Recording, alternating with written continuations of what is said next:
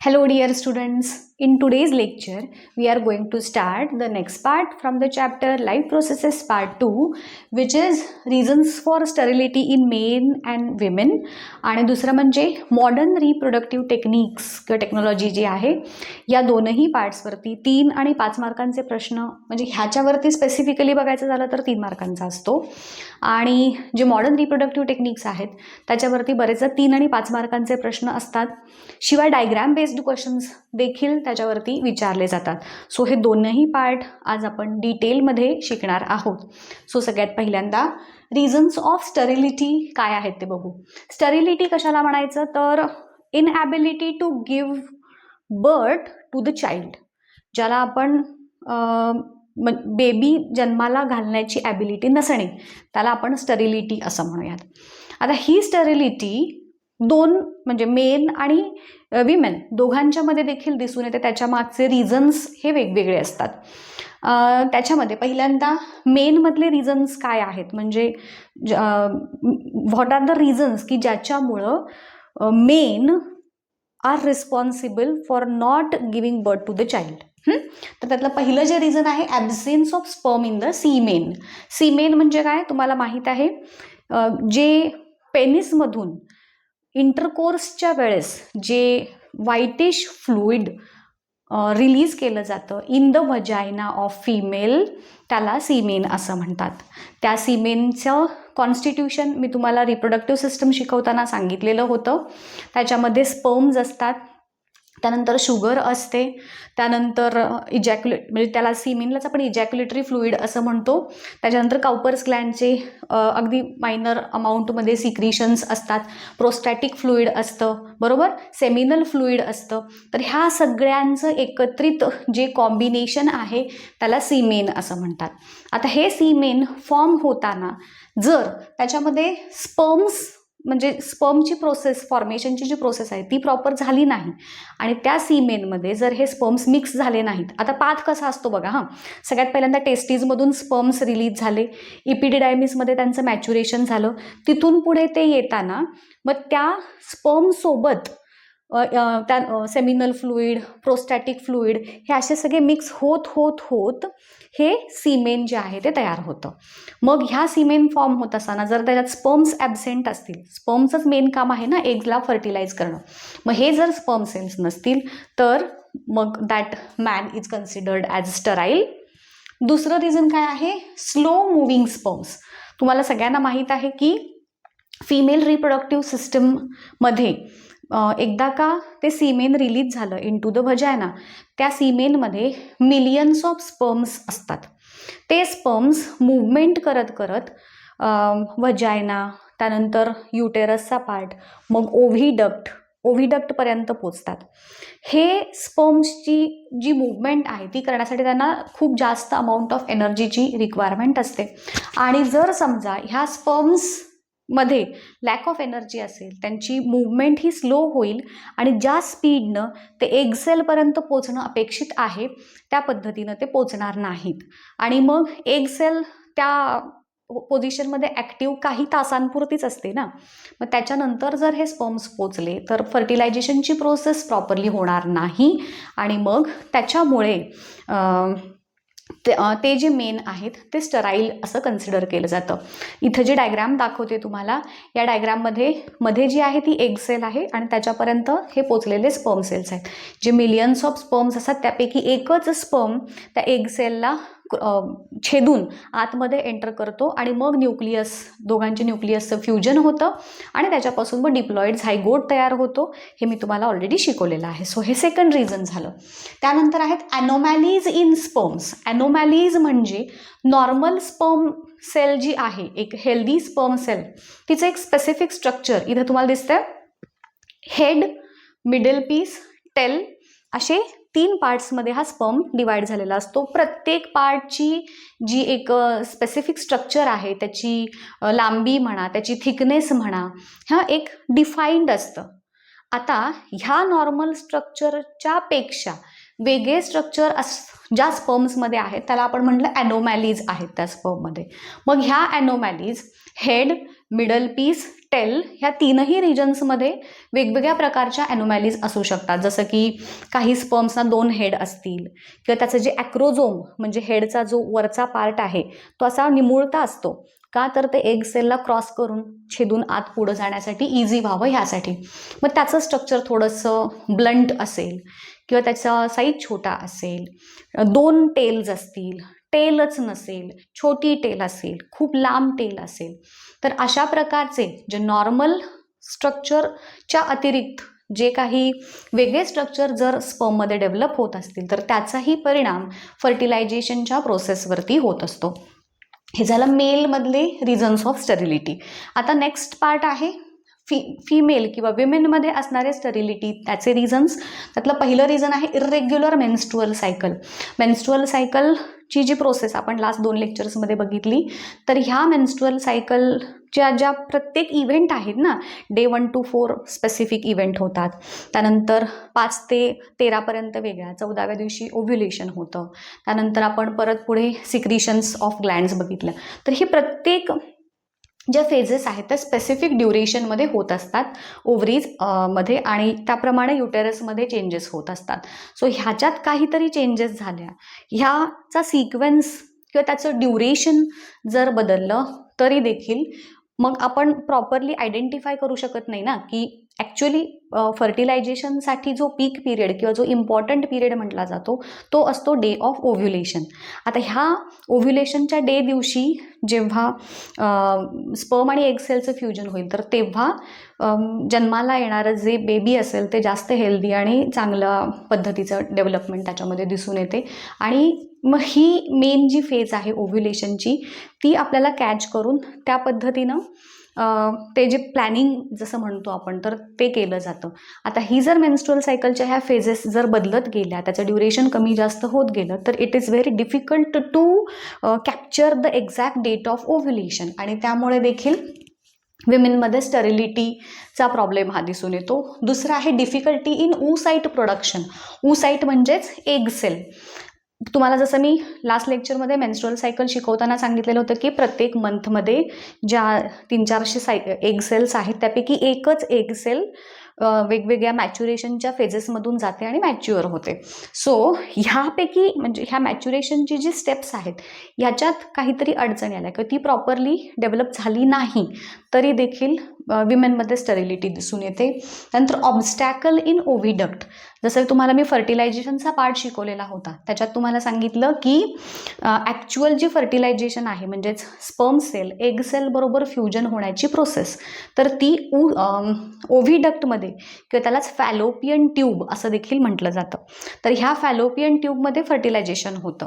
आता समजा ती फॅलोपियन ट्यूबमध्ये जसं एखादी पाईपलाईन सारखी आहे ना, मग एखादी पाईपलाईन कशी चोक झाली किंवा ब्लॉक झाली की त्याच्यातून पास होणारे सबस्टन्सेस इझिली पुढं मागं जाऊ शकत नाहीत. मग तसं ह्या ओव्हिडक्ट किंवा फॅलोपियन ट्यूबमध्ये काहीतरी अडथळे आले, ऑब्स्टॅकल आले तर मग एग सेल ओव्हरीजमधून त्या ओव्हिडक्टपर्यंत येताना काहीतरी अडचण येऊ शकते किंवा स्पर्म सेल्स त्या ओव्हिडक्टपर्यंत येताना काही अडचण होऊ शकते. म्हणजे ते दोघं एग आणि स्पर्म सेल्स ह्या ऑब्स्टॅकल्समुळे युनाईट होण्यामध्ये अडथळे निर्माण होतात आणि त्यामुळं विमेनमध्ये स्टरिलिटी दिसून येते. आणि लास्ट रिझन आहे डिफिकल्टी इन इम्प्लांटेशन.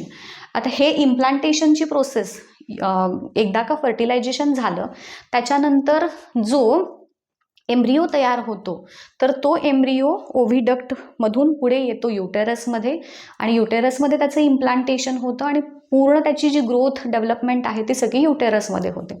आता समजा युटेरसच्या जे स्ट्रक्चर आहे त्याच्यामध्ये काहीतरी बिघाड झाला असेल, त्याचे मसल्स वीक असतील, ते डेव्हलपिंग बेबीचं वजन बेअर करण्यासाठी जर तेवढे सफिशियंट नसतील तर मग युटेरसमध्ये इम्प्लांटेशन त्या जो एम्ब्रिओ आहे त्याचं होणार नाही आणि त्याच्यामुळं देखील म्हणजे बाकी सगळ्या प्रोसेसेस व्यवस्थित होत आहेत बट युटेरसचे मसल्स वीक आहेत. सो त्यामुळे देखील that female is unable to give birth to the child. So हे 4 रिझन झाले विमेनमध्ये असणाऱ्या स्टरिलिटीचे. ठीक आहे. आता ह्या जे प्रॉब्लेम्स आहेत या प्रॉब्लेम्सवरती नॅचरली सोल्युशन हे मिळणं खूप अवघड आहे.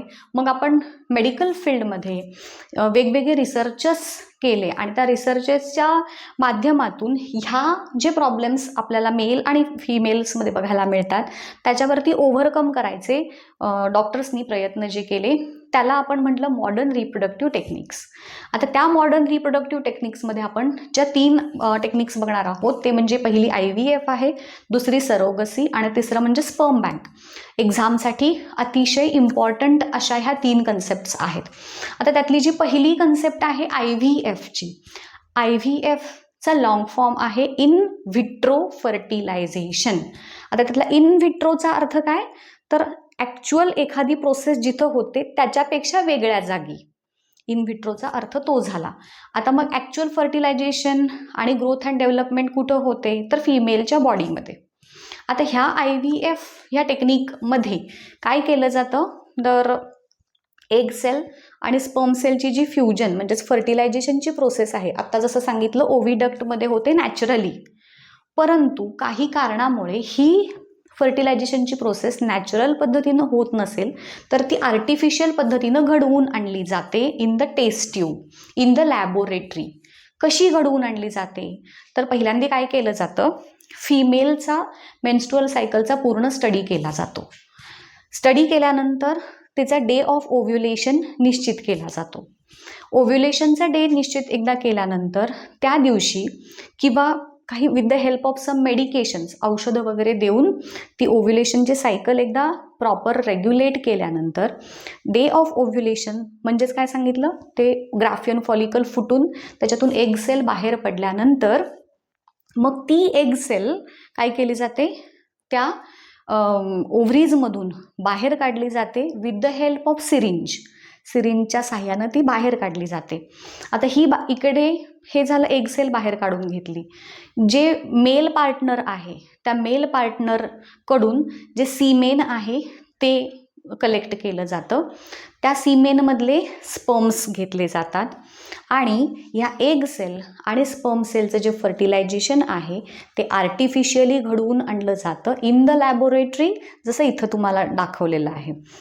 मध्ये जी आपण दाखवली आहे त्या एग सेलमध्ये with the help of syringe काय केलं आहे, स्पर्म इंट्रोड्यूस केलं. आणि इकडे पिपेट एक दाखवली आहे बघा. त्या पिपेटचं काम काय आहे, तर ते फक्त एक आधार देणं, म्हणजे ती एग सेल इकडे तिकडे कुठे मूव्ह होऊन जाऊ नये, एका जागी स्थिर राहावी, यासाठी ती पिपेट ठेवली आहे. सिरिंजच्या साह्यानं स्पर्म त्याच्यामध्ये इंट्रोड्यूस केली, फर्टिलायझेशन घडवून आणलं, त्याच्यामधून झायगोट तयार झाला. त्या झायगोटमध्ये मायटॉसिस झालं. मायटॉसिस होऊन त्याच्यापासून मास ऑफ सेल, म्हणजे हे जे डिप्लॉइड झायगोट आपण म्हटलं एग सेल आणि स्पर्म सेलचं फ्युजन होऊन जो झायगोट तयार झाला त्याचं परत एकाचे 2 सेल, 2चे 4 असा एक मास ऑफ सेल तयार होतो. आणि मग तो मास ऑफ सेल ज्याला आपण एम्ब्रिओ म्हटलं तो मग पुढे युटेरसमध्ये फिमेलच्या इम्प्लांट केला जातो. ह्या प्रोसेसला म्हटलं IVF, that is in vitro fertilization. आता ही प्रोसेस कोणासाठी यूजफुल आहे, सगळ्याच कपल्समध्ये IVFचा यूज होतो का, तर नाही. स्पेसिफिकली आपण हे जर प्रॉब्लेम्स मेल आणि फिमेलमधले विचारात घेतले तर मेलमध्ये लेस स्पर्म काउंट असेल, त्यामुळं फर्टिलायझेशन जर प्रॉपर होत नसेल किंवा स्पर्मची संख्याच कमी आहे ना, त्यामुळं ती प्रोसेस ॲक्युरेटली किंवा जितक्या इफेक्टिव्हली व्हायला हवी तितकी होत नसेल तर त्या केसमध्ये. आणि जर फिमेलच्या बाबतीत आपण बघायचं झालं तर इर्रेग्युलर मेन्स्ट्रुअल सायकल जी आहे ह्या केसमध्ये, ह्या म्हणजे मेलमध्ये लेस स्पर्म काउंट आणि फिमेलमध्ये इर्रेग्युलर मेन्स्ट्रुअल सायकल, ह्या 2 रिझन्ससाठी IVF ही मेथड यूज केली जाते आणि त्याच्या थ्रू फर्टिलायझेशन घडवून आणलं जातं. आणि बाकी डिलिव्हरी आणि जी ग्रोथ अँड डेव्हलपमेंट आहे ती नॉर्मल होणार. फक्त फर्टिलायझेशन जे आत होतं ओव्हिडक्टमध्ये ते बाहेर घडवून आणणार, एवढाच फरक आहे. याच्यामध्ये आपण मी जसं सांगितलं तुम्हाला इर्रेग्युलर मेन्स्ट्रुअल सायकल हा तर झालाच, शिवाय ऑब्स्टॅकल इन ओव्हिडक्ट हा एक रिझन पण आपल्याला इन्क्लूड करता येईल. म्हणजे लेस स्पर्म काउंट, इर्रेग्युलर मेन्स्ट्रुअल सायकल आणि ऑब्स्टॅकल इन ओव्हिडक्ट, हे 3 रिझन्स आपण सांगितले ह्या IVF टेक्निकसाठी. त्यानंतरची मेथड जी दुसरी आहे मॉडर्न रिप्रोडक्टिव्ह टेक्निकमधली ती आहे सरोगसी. आता ह्याच्यामध्ये काय केलं जातं, IVFच घडवून आणलं जातं. परंतु आपण IVF आणि सरोगसी ह्याच्यातला जर मेन फरक बघितला तर IVF मध्ये आपण काय केलंय, फर्टिलायझेशन, जे कपल आहे त्या कपल मधली जी फिमेल आहे तिच्याच एग सेलचं फर्टिलायझेशन जे मेन आहे त्याच्या स्पर्म सेलशी घडवून आणलं आणि सेम विमेनच्या युटेरसमध्ये ते जे एम्ब्रिओ आहे तो इंट्रोड्यूस केला होता. आता इथं काय आहे, इन केस ऑफ सरोगसी म्हणजे ॲक्च्युअल हा सरोगसीची मेथड कोणासाठी आहे, तर ज्या फिमेलमध्ये युटेरसचे मसल्स तेवढे डेव्हलप नाहीत, हे जे सांगितलं ना तुम्हाला मी, डिफिकल्टी इन इम्प्लांटेशन, हा जो प्रॉब्लेम ज्या फिमेलमध्ये आहे त्यांच्यासाठी सरोगसी हा एक ऑप्शन आहे. IVF प्रमाणच जी मेन कपल आहे आपलं, त्या कपलपैकी त्या फिमेलची एग सेल काढून घेतली, मेलमधला स्पर्म सेल काढून घेतला आणि हे जे इम्प्लांट झाला, हा एम्ब्रिओ तयार झाला. मेथड सगळी इथंपर्यंतची सेम. हा एम्ब्रिओ इम्प्लांट केला जातो दुसऱ्या फिमेलच्या युटेरसमध्ये की जी फिजिकली फिट आहे आणि जिचे युटेरस म्हणजे ते जे मसल्स आहेत ते प्रॉपरली डेव्हलप्ड आहेत, की जे डेव्हलपिंग बेबीचा जो भार आहे तो घेऊ शकतात, असे मग ते मेडिकल सगळं चेकअप वगैरे करून अशी फिमेल सिलेक्ट केली जाते की जी त्या बाळाची वाढ स्वतःच्या युटेरसमध्ये 9 महिन्यापुरती करेल अँड आफ्टर 9 मंथ जेव्हा बेबीचा बर्थ होईल तेव्हा ते बेबी त्या फिमेलनं त्या कपलला पुन्हा द्यायचं असतं. ते मेडिकल टर्म्स ते सगळं त्यांचं कॉन्ट्रॅक्ट आणि हे सगळं लिहून घेतलं जातं. नंतर ती जी फिमेल होती जिचं युटेरस यूज केलेलं होतं, ती फिमेल त्या चाइल्डवरती स्वतःचा कोणताही हक्क सांगू शकत नाही. फक्त तिचं जे युटेरस आहे ते यूज करण्यासाठी तिला पैसे दिले जातात. After the birth of baby there will be no connection between the female and the baby and ते बाकीचे पालक. सो IVF झालं. सरोगसी ही मेथड कोणासाठी युजफुल झाली, तर डिफिकल्टी इन इम्प्लांटेशन ज्या फिमेलमध्ये आहे त्या फिमेलमध्ये सरोगसीचा ऑप्शन हा यूज केला जातो. त्यानंतरची तिसरी मेथड जी आहे ती आहे स्पर्म बँक. आत्तापर्यंत आपण जसं ब्लड बँक ऐकलं, ब्लड बँकमध्ये काय केलं जातं रे, बघा ब्लड बँक आपण काय करतो, कॅम्प्स वगैरे असतात, त्या कॅम्पमध्ये कोणताही पर्सन जो हेल्दी आहे, ज्याला कोणता आजार नाही असा पर्सन काय करतो, जातो, स्वतःचं ब्लड डोनेट करतो, त्याची रिसीट घेतो आणि येतो. मग ते जे डोनेटेड ब्लड आहे ते कोणाला दिलं जातं हे त्या पर्सनला माहीत नसतं, होय की नाही. सेम कन्सेप्ट ही स्पर्म बँकसाठी यूज केली जाते. जे मेन हेल्दी आहेत, जी माणसे हेल्दी आहेत, अशा हेल्दी माणसांचे स्पर्म्स कलेक्ट केले जातात आणि ते प्रिझर्व केले जातात जस्ट लाईक ब्लड बँक. आणि असे जे गरजू कपल आहेत, गरजू म्हणजे मग कोणासाठी, तर असे जे कपल की ज्यांच्यामध्ये स्पर्म काउंट अगेन लेस असेल किंवा स्पर्म प्रोडक्शनच होत नसेल त्या मेनमध्ये. म्हणजे आता हा जो प्रॉब्लेम आहे स्पर्म बँकचा, हा विमेनच्या स्टरिलिटीशी रिलेटेड नाही, it is related to the sterility of men only. मग ज्या कपल्समध्ये मेन स्टराईल आहेत, मग त्यांच्यामध्ये काही ज्या स्पर्मशी रिलेटेड स्पर्म प्रोडक्शनशी रिलेटेड प्रॉब्लेम्स असतील तर त्या कपल्समध्ये स्पर्म बँक हा ऑप्शन ते चूज करू शकतात. मग जो काही डोनर असेल, अननोन डोनर आहे, जसं ब्लड अननोन डोनरचं असतं, आपल्याला माहीत नाही आपल्याला कोणाचं तरी ब्लड मिळालेलं असतं, तसंच कोणत्या तरी अननोन डोनरचे स्पर्म्स त्या स्पर्म बँकमध्ये स्टोअर्ड असतात. जे काही लिगल गोष्टी असतील त्या कंप्लीट केल्या जातात आणि मग त्या स्पर्मचा जे स्टोअर्ड स्पर्म्स आहेत त्याचा यूज करून अगेन ह्याच पद्धतीनं IVF थ्रू किंवा मग ते जे स्पर्म्स आहेत ते डिरेक्टली त्या फिमेलच्या बॉडीमध्ये पण रिलीज केले जाऊ शकतात. दोन्ही पद्धतीनं करता येऊ शकतं. IVF ही मेथड पण यूज केली जाऊ शकते किंवा ते जे स्पर्म्स किंवा ते जे सिमेन जे असेल त्या डोनरचं ते फिमेलच्या वजायना थ्रू युटेरसमध्ये रिलीज करून नॅचरली पण फर्टिलायझेशन घडवून आणलं जाऊ शकतं. दोनही पद्धतींचा वापर इथे करून फर्टिलायझेशन आपण घडवून आणू शकतो. सो ह्या झाल्या 3 मेथड्स मॉडर्न रिप्रोडक्टिव्ह टेक्निक्स. पहिली IVF ही कोणासाठी युजफुल आहे, तर ह्याच्यामध्ये ज्यांच्यामध्ये ऑब्स्टॅकल इन ओव्हिडक्ट असेल किंवा स्पर्म प्रोडक्शनमध्ये लेस स्पर्म काउंट जे म्हटलं अशा प्रकारचे जे कपल्स असतील किंवा इरेग्युलर मेन्स्ट्रुअल सायकल असेल त्यांच्यामध्ये IVFची टेक्निक ही युजफुल आहे. हे 1 मार्कासाठी 2 मार्कांसाठी लक्षात ठेवा हां. स्पेसिफिकली प्रत्येक मेथडवरती पण तुम्हाला सेपरेट प्रश्न विचारला जातो. डायग्रॅम दिली जाते आणि मग ही मेथड एक्सप्लेन करा असं विचारलं जातं. तुमच्या टेक्स्टबुकमध्ये जी IVFची डायग्रॅम दिली आहे ना ती नीडल वगैरे, तर मग ही टेक्निक कोणती आहे मी ह्याच्यावरचे सुद्धा डायग्रॅम बेस्ड क्वेश्चन्स स्पेसिफिकली घेते आणि त्याच्यावरती एक वेगळा व्हिडिओ बनवते सो दॅट तुम्हाला क्वेश्चनच्या व्हरायटीचा पण अंदाज येईल. तर ही झाली IVF मेथड. दुसरी मेथड सरोगसी, ज्यांच्यामध्ये डिफिकल्टी इन इम्प्लांटेशन असेल ज्या विमेनमध्ये त्यांच्यासाठी सरोगसी, आणि स्पर्म बँक ज्यांच्यामध्ये स्पर्म प्रोडक्शनमध्ये प्रॉब्लेम असेल ज्या कपल्समध्ये त्यांच्यासाठी स्पर्म बँक. असे हे 3 मॉडर्न रिप्रोडक्टिव्ह टेक्निक झाल्या. सो एक महत्त्वाचा पार्ट आजच्या लेक्चरमध्ये आपण कंप्लीट केला आहे. कसं लिहायचं काय लिहायचं हा पार्ट तुम्हाला बोर्डवरती दाखवलेला आहेच, तो तुमच्या नोटबुक्समध्ये नोट डाऊन करून घ्या. ठीक आहे. लेक्चर कसं वाटलं ते मला नक्की सांगा. मी इथंच थांबूयात. नेक्स्ट लेक्चरमध्ये ह्याच्या पुढचा पार्ट जो लास्ट पार्ट असेल आपल्या चॅप्टरचा तो सुरू करूयात. Till then good bye. Thank you.